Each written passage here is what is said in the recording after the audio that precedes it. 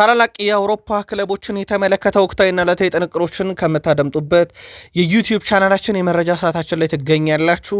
ለዚህም ሰዓት በርከት ያሉ ጥንቅሮችን ለእናንተ ውድ አድማጮቻችን አሰናድተን ይዘን መተናል። እስከ ፕሮግራማችን ፍጻሜ ዛሬም ቆዩ። ላይክ፣ ሰብስክራይብ፣ ሼር ስለምታደረጉን ስለ አጋርነታችሁ እጅግ አድርገን አመስጋኞች ነን። ያ ወቅቱ የዝውውር መስኮት እንግዲህ በስፋት ክለቦች የሚንቀሳቀሱበት ነው። የዓለም ዋንጫን መጠናቀቅ ተከትሎም ከዛ በተጨማሪ ክለቦች የአቋም መፈተሻ ጨዋታዎችን እያደረጉ ይገኛሉ። ትልቅ እውነቶችን መርጠን ይዘን መተናል። በባርሴሎና እንጀምራለን። የቡድን ዜና በዝውውር ጉዳይ ላይ ይዘናል። ከሪያል ማድሪድ ጋር በተያያዘ አንድ ችግር ሳይገጥማቸው አይቀርም እየተባለ ነው። በዙ አያይዘን የዓለም ኮከቦችን ዛሬ የተፈጠሩ ሁነቶችን እንመለከታለን። በፕሪሚየር ሊግ የማንቸስተር ሲቲ እና የሮድሪ ጉዳይ በትልቁ ይጠበቃል። ተጨማሪ መረጃዎችን ይዘንበት መተናል። ከቼልሲ ጋር በተያያዘ ቼልሲ ሁለት ተጫዋቾችን በግል ተስማምቷል። ለመጀመሪያ ጊዜ በታሪክ አንድ እውነትም ሊፈጸም ይችላል በቼልሲ እግር ኳስ ታሪክ ውስጥ እንመለከተዋለን። ከዛ ጋር አያይዘንም የዝውውር መረጃን በስፋት ይዘናል። በሊቨርፑል የመረጃ ሰዓታችን የዝውውር ጉዳይን እናነሳለን። የ23 ዓመቱ ተጫዋች ትልቅ ገንዘብ ተጠይቆበታል። ጉዳዩን እንመለከተዋለን። የሊቨርፑል ወሳኝና ቁልፍ ተጫዋችን እናነሳለን፣ ሪያን ግራቨንበርክን። ከዛ ውጪ ሊቨርፑሎች የሚተኩት ሳላህን የተመለከተ በጣም ለየት ያለ ጥንቅር አሰናድተናል። ከአርሰናል ጋር በተያያዘ የአማካይ ክፍሉን ማጠናከር፣ ተከላካይ ማምጣትና የአንድሪያ ቤርታ በዝውውር ላይ ያላቸው ወቅታዊ እንቅስቃሴን እናጠረዋለን። በማንቸስተር ዩናይትድ የመረጃ ሰዓታችን ከዝውውር ጋር በተያያዘ ሰፋ ያለ መረጃ ይዘን መተናል። ማንቸስተር ዩናይትድ ክረምት ላይ ከክለቡ ሊለቁ የሚችሉ በጣም ያልተጠበቁ ተጫዋቾችን ስም ዝርዝር አግኝተናል። በቡድኑ ውስጥ ከተከላካይ አማካኝ እስከ አጥቂ ያሉ ወቅታዊ የዝውውር ጉዳዮችን እናጠራላችኋለን። በማንቸስተር ዩናይትድ በኩልም ሰፊ የቡድን ዜና ይዘናል። እስከ ፕሮግራማችን ፍጻሜ ቆዩን። ላይክ፣ ሰብስክራይብ፣ ሼር ማድረግ እንዳይረሳም። በሀሳብ መስጫ ሳጥናችን ላይ ለምትልኩልን ሀሳብ አስተያየትም አመስጋኞች ነን። በድጋሜ መልካም ቆይታ ተመኘን። በባርሴሎና እንጀምር። ባርሴሎና በኩል ሃንሲ ፍሊክ በቡድን ውስጥ ባሉ ተጫዋቾች በጣም ደስተኛ መሆናቸውን ተናግረዋል። ከዛ ውጭ እሳቸውም በራፊኒያ ጉዳይ ላይ ማሳባቸውን አጋርተዋል። ቅድሚያ የምንሰጠው ነገር ራፊኒያ ወደ ምርጥ ብቃቱ እንዲመለስልን ነው ብለዋል። ራፊኒያ ጉዳት ላይ እንደነበረ ይታወቃል። በዓለም ዋንጫ ወቅትም ጉዳት አጋጥሞት እንደነበረ ይታወቃል በብራዚል ብሔራዊ ቡድን። አሁን እሱ ላይ ትኩረት እናደርጋለን ብሏል እና ዋና ስራችን አሁን ወደ ምርጥ ብቃቱ ራፊኒያ እንዲመለስ እንጂ ወደ መሸጥ አይደለም ብሏል። በቡድኑ ለማቆየት ፍላጎት እንዳላቸውም ከሰሞኑ ሲነገር እንደነበረ የሚዘነጋ አይደለም። የራፊኒያና የባርሴሎና ነገር በተለይም ሞቅ ያለው ይሄ ከክለቡ ሊለቅ ይችላል የሚለው መረጃ በስፋት እንዲወጣ ያደረገው በዛ ቦታ ላይ እያስፈረሙ ያሉት ተጫዋቾችን ብዛት ነው። ካሬም አዴሚ፣ ከዛ አስቀድሞ ደግሞ አንቶኒ ጎርደንን ማምጣታቸው የሚዘነጋ አይደለም። ሃንሲ ፍሊክ ግን በፍጹም ብለዋል። ሪያል ማድሪድ በዝውውር መስኮቱ ላይ ተጫዋቾችን ለማምጣት በሚያደርገው ጥረት ላይ አንድ ችግር ሳይገጥመው አልቀረም። እንደ ማርካ ዘገባ ከሆነ በርከት ያሉ የማድሪድ ተጫዋቾች ክለቡን ለመልቀቅ ለጊዜው ፈቃደኛ አይደሉም። ራሱ ኤድዋርዶ ካማቪንጋን ጨምሮ በቡድን ውስጥ ቋሚነት ቦታ አታገኙም የተባሉ ተጫዋቾች አብዛኞቹ ክለቡን የመልቀቅ አሁናዊ ፍላጎት የላቸውም። ይልቅ ለቦታችን እንታገላለን የሚለው ነው ቀድሜ የሰጡትና ከማድሪድ ላለመውጣት የሚደረገው ጥረት ቀጥሏል። ያ ደግሞ ለማድሪድ ስጋት አሳድሯል። ምክንያቱም በላሊጋው ተጫዋቾችን መመዝገብ የሚችሉበት ኮታን ያጨናንቃል ወይም ከኮታው በላይ ሆነባቸዋል። ታዲያ ለዚህ የግዴታ ተጫዋቾችን መልቀቅ አለባቸው። አሊያም ሪያል ማድሪድ ለዋናው ቡድን እየተጫወተ ደሞዝ እየከፈለ ግን ደግሞ በላሊጋው የማያስመዘገበው ተጫዋች ይኖራል ማለት ነው። ባርሴሎና ይህንን ለማድረግ ቴርስቴገንን አሳልፎ እንደሰጠ ይታወቃል ለሌላ ክለብ። በዚህ ምክንያት አምናና ራሽፈርድን ስም ለማስመዝገብ ማለት ነው። እንዲህ አይነት ነገር ባርሴሎና ገጥሞት ነበረ። አሁን ደግሞ ማድሪድ ቤት ተጫዋቾች የመልቀቅ ምንም አይነት ፍላጎት አለማሳየታቸው ከምዝገባ ዝርዝርና ከደሞዝ ክፍያ ጋር በተያዘ ማድሪድ ችግር ውስጥ ሊከተው ይችላል። መረጃ የማርካ ነው። ኬሊያን ምባፔ አሁን ትልቁ ህልሜ ተሳክቷል እያለ ነው። ትልቁ ህልሜ የዓለም ዋንጫን ማሸነፍ ነበር። አንድ ያሸንፍ ያለው 3 ጊዜ በመድረኩ ተሳተፍ ያለው አምበል ሆኜ የመራውበትን ጊዜ ደግሞ ፈጽሞ አረሰውም ብሏል። የፈረንሳይ ብሔራዊ ቡድንን በቀጣይ የዓለም ዋንጫን የማንሳት ህልም እንዳለውና ቀጣዩንም የዓለም ዋንጫ እንደሚሳተፍ አረጋግጧል። ከዛ ውጭ ግን የዓለም ዋንጫ ቆይታውን በተወሰነ መንገድ ካለፉት 3 የዓለም ዋንጫዎች ጋር ነው እየያዘው። በዚህኛው የዓለም ዋንጫ የፈረንሳይ 4ኛ ደረጃን ይዛ ማጠናቀቋ የሚዘነጋ አይደለም። በ3 የዓለም ዋንጫ ላይ የተጫወተ ተጫዋች ሆኗል። ግን ኬሊያን ምባፔ በጣም አስገራሚ በተከታታይ የዓለም ዋንጫ ላይ ከፍተኛ ግብ አስቆጣሪ ሆኖ እንደጨረሰ የሚዘነጋ አይደለም። በኬሊያን ምባፔ በኩል ምናልባት ስሙን ስላነሳን ከዘንድሮ ባሎንዶር ተሸላሚ ይሆናሉ ተብለው ስማቸው ከተያዙት ውስጥ አንደኛው ነው።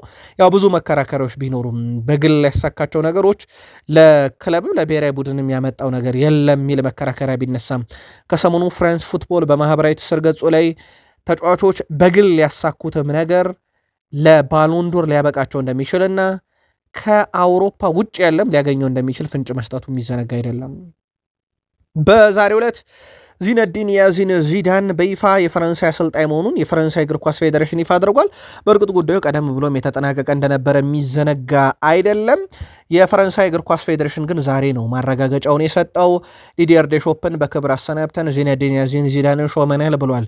ዚነዲን ያዚን ዚዳን ከሪያል ማድሪድ በኋላ ስጠበቀው የነበረው ሹመት የፈረንሳይ ብሔራዊ ቡድንን ማሰልጠን ነው ብሏል። ከሹመቱ በኋላ ጋዜጣዊ መግለጫ ሰጥቶ ነበረ። የመጨረሻ ክለቡ ማድሪድ ነው። ዚዳን በእግር ኳስ ህይወቱ የሚያውቁት አሉ፣ ከዛ ደግሞ በአሰልጣኝነት ህይወቱ ብቻ የሚያውቀው ትውልድ ሊኖር ይችላል። ግን በሁለቱም ዘመን በጣም ስኬታማ ሰው ነበር ማለት ይቻላል። ዚነዲን ያዚን ዚዳን የነ ኬሊያን ምባፔ የነ ኦስማን ዴምቤሌ የነ ብራድሌ ባርኮላ በጣም አስደናቂውን የአማካኝ ስፍራን የያዘውን ክለብ ብሔራዊ ቡድን በቀጣይነት ያሰለጥናል። 2030 ድረስ ነው ኮንትራቱ።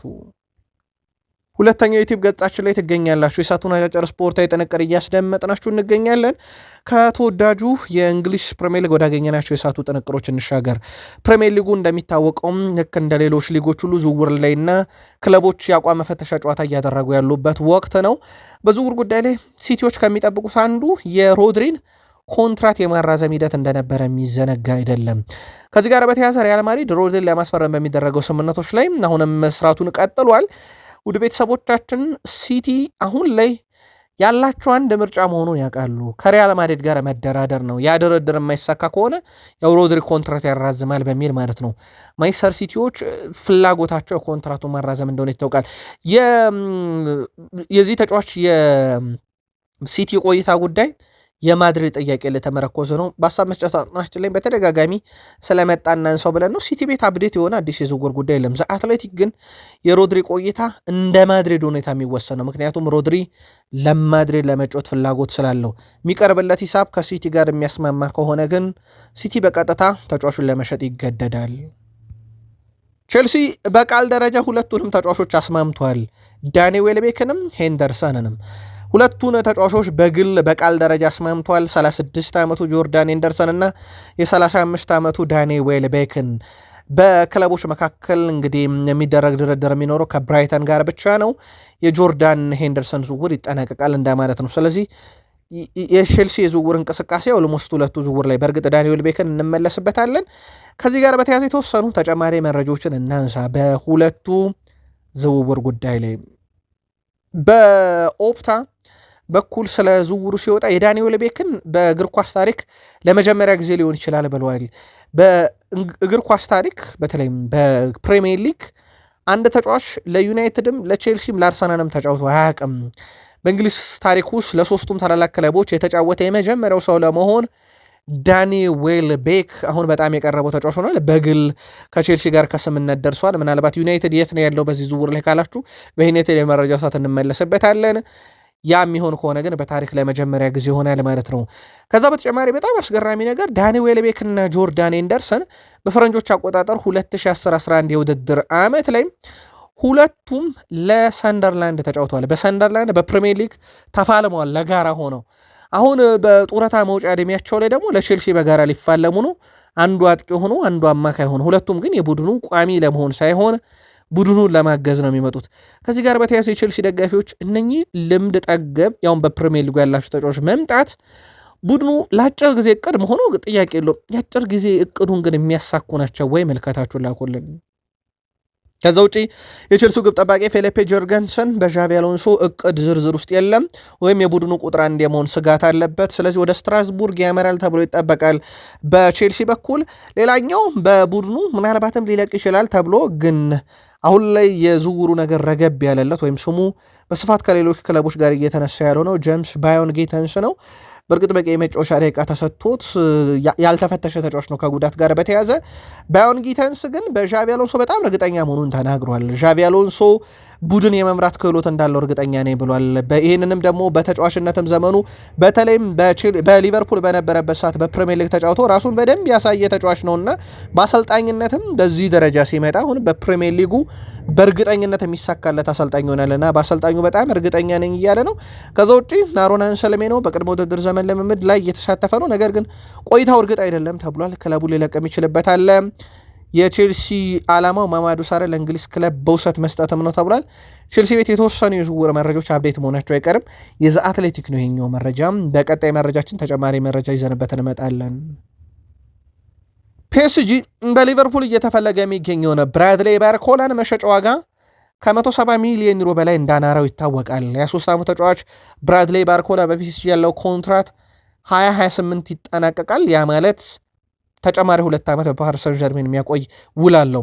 ፒኤስጂ ይህንን ዋጋ እንዲያወጣ ያሳሰበው በቼልሲ ለሮጀርስ የተከፈለው ገንዘብ በሲቲ ለአንደርሰን የተከፈለው ገንዘብ እንደሆነ ይታወቃል።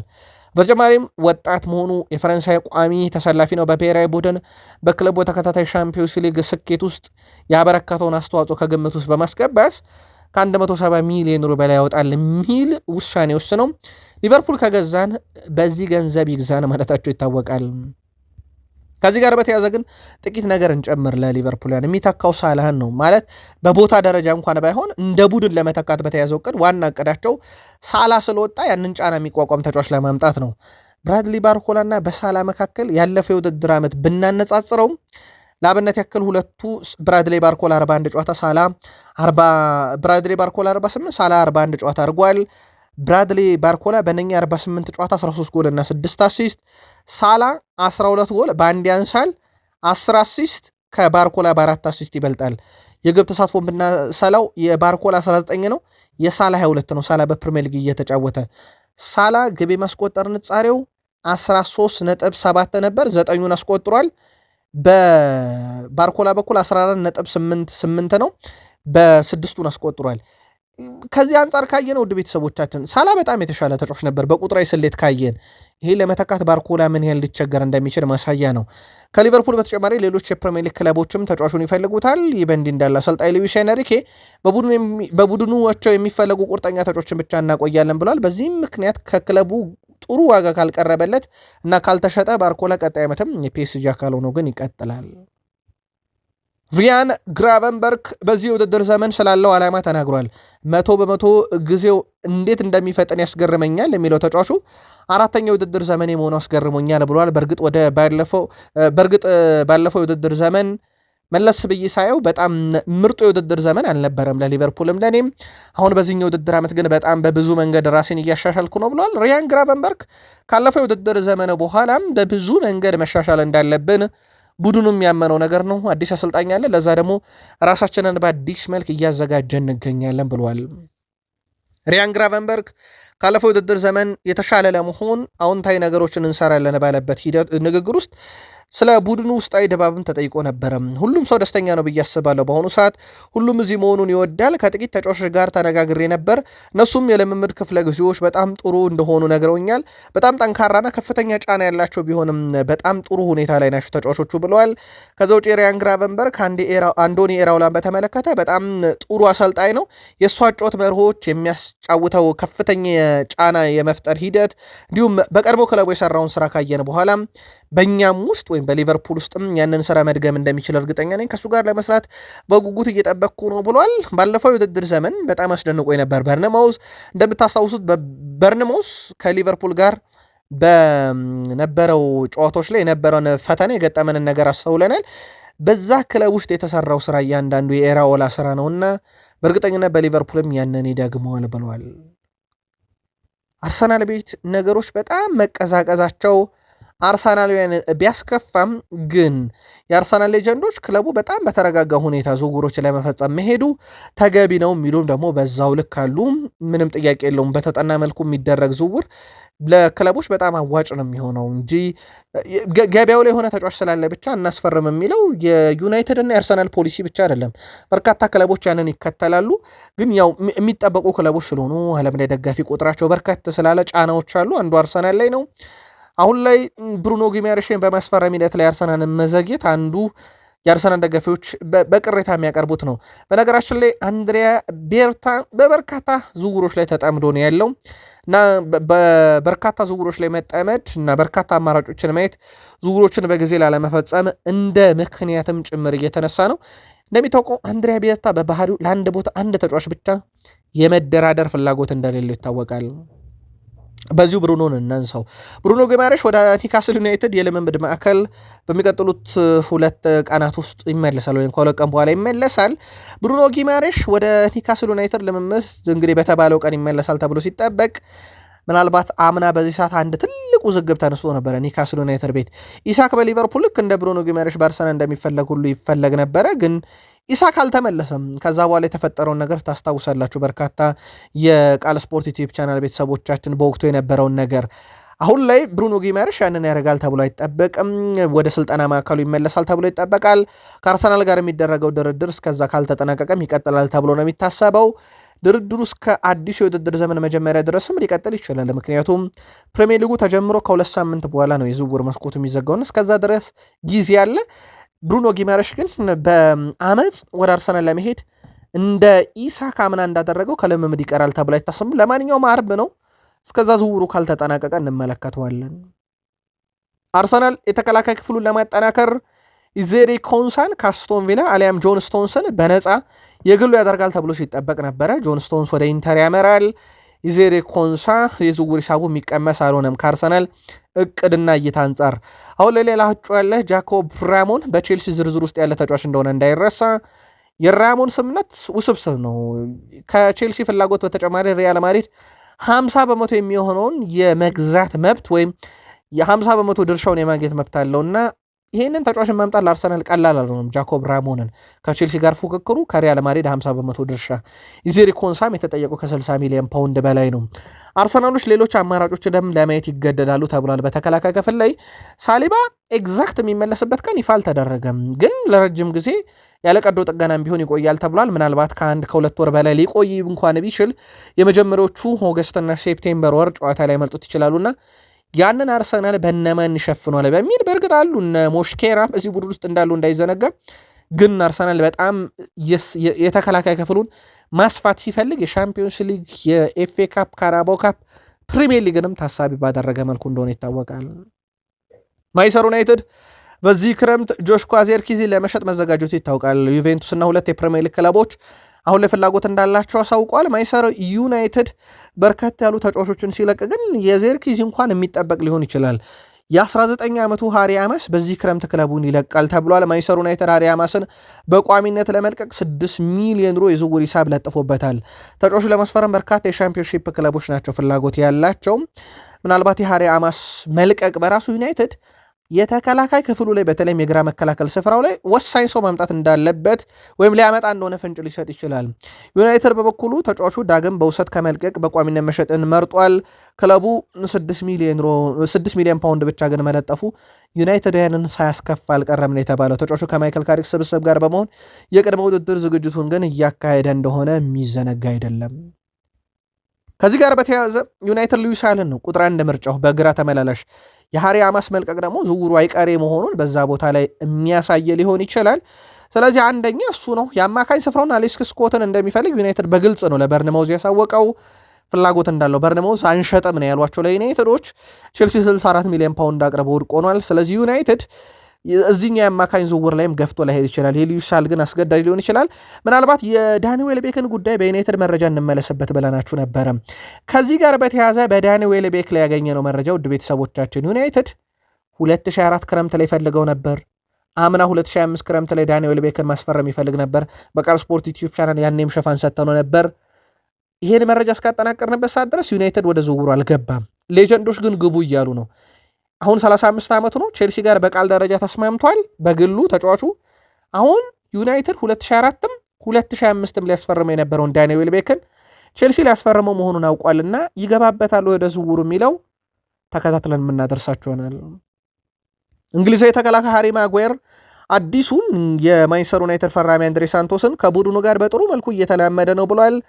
አንድሬ ጥሩ ስብዕና ያለው ተጫዋች ነው። እርሱ በቡድን ውስጥ ምቾት እንዲሰማው ለማድረግ መሞከር አለብን ብሏል። ይህንን እያደረግን ነው። በዚህም እሱ ጥሩ ሁኔታ ቡድኑን እየተለማመደ መጥቷል ብሏል። በልምዶች እንዲሁም በጨዋታ ላይ ጥሩ እንቅስቃሴ የሚያሳየ ነው። ቡድኑን በጊዜ እንዲላመድ እናደርጋለን። አዲስ ተጫዋቾች ከቡድኑ ጋር በፍጥነት በተላመዱ ቁጥር በቡድን ውስጥ የሚሰጡት ግልጋሎትም ጥራትም ከፍ እያለ ይመጣልና ይህን እናደርጋለን ብሏል። ከዚህ ጋር በተያያዘ ውድ ቤተሰቦቻችን በማንቸስተር ዩናይትድ በኩል ከፈረሙት ውስጥ እንደ ዩሪ ቴሌማንስ ያለ እንደሌለ ይታወቃል። በእረፍት ምክንያት መሆኑ እንዳይዘነጋ። ማንቸስተር ዩናይትድ በርከት ያሉ የዜና ምንጮች በማንቸስተር ዩናይትድ በቋሚ የግራ ክንፍ ተጫዋች ቦታ ላይ ማቲያስ ኩኛ በመቀጠል ታይናን ታምሶንን አስፈርመዋል። ፓትሪክ ዶርጉና ማርከስ ራሽወርድ አሉ።